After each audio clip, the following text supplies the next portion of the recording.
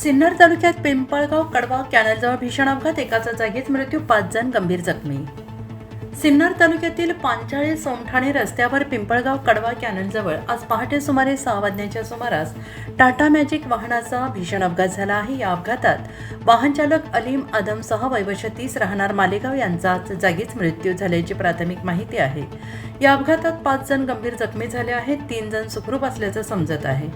अपघातग्रस्त वाहनाचा क्रमांक MH20 BC 7264 असा आहे. या अपघाताची माहिती मिळताच परिसरातील नागरिकांनी घटनास्थळी धाव घेत जखमींना मदत केली आहे. गंभीर जखमींना पुढील उपचारासाठी रुग्णालयात दाखल करण्यात आलेलं आहे. दरम्यान पांचाळे सोमठाणे रस्त्यावर गेल्या 3 दिवसात तब्बल 9 अपघाती घटना घडल्याचा दावा स्थानिक नागरिकांकडून करण्यात येतो आहे. त्यामुळे या मार्गावरील सुरक्षिततेचा प्रश्न पुन्हा एकदा ऐरणीवर आलेला आहे आणि या रस्त्यावर अद्याप आवश्यक ठिकाणी स्पीड ब्रेकर, रिफ्लेक्टर, दिशादर्शक फलक तसेच रात्रीच्या वेळी वाहन चालकांना मार्ग स्पष्ट दिसण्यासाठी आवश्यक सुरक्षा उपाययोजना करण्यात आलेल्या नसल्याच्या तक्रारी नागरिकांनी केल्या आहेत. त्यामुळे भविष्यात आणखी मोठी दुर्घटना घडण्यापूर्वी संबंधित प्रशासनाने तातडीनं दखल घेण्याची मागणी होते आहे. पांचाळ्या सोमठाणा हवे इथे ना वारंवार ॲक्सिडेंट होते. इकडं रात्री पहाटे 5 वाजता एक बाहेर ॲक्सिडेंट झाला आहे. ती समोरून येताना टर्न मारताना इथं खूप मोठा टर्न आहे. पाटामुळं टर्न मारताना समोर इकडून लक्ष येत नसल्यामुळे इकडून सरळ तो खाली गेला आहे. 4-5 माणसं होते. ड्रायव्हरचं मृत्यू झाला आहे आणि बाकी खूप गंभीर जखमी आहे. शासनाने या गोष्टीची दखल घ्यावी आणि याला पाठीमागून आणि पुढून पण स्पीड ब्रेकर कमीत कमी 2-2 स्पीड ब्रेकर पाहिजे.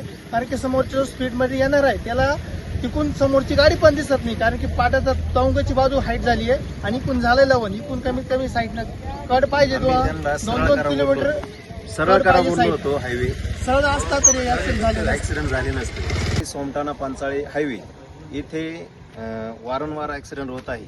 हे बघा, सकाळी इथे एक मालेगावची गाडी गेलेली आहे. त्या गाडीमध्ये साधारणतः 9 जण होते. 9 मध्ये एक ड्रायव्हर एक्सपायर झालेला आहे. 4 जण जखमी आहे आणि 4 जण व्यवस्थित आहे. त्यांना सुखरूप बाहेर काढून आम्ही दवाखान्यात पाठवलेला आहे.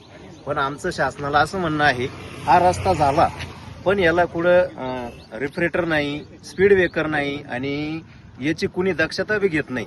इथे आतापर्यंत कमीत कमी 10 ते 12 ऍक्सिडेंट झालेले आहे. तर आमचं शासनाला एवढंच म्हणणं आहे, काहीतरी याची दखल घ्यायला पाहिजे. आणि आम्ही कंपनीवाल्यांना बोललो वारंवार, इथे पांचाळ्यामध्ये शर्मा साहेब म्हणून त्यांना वारंवार बोलतोय, ते सुद्धा मनात मनाव घेऊन नाही राहिले. तर जर असं चाललं तर काही याचं हे नाही ना.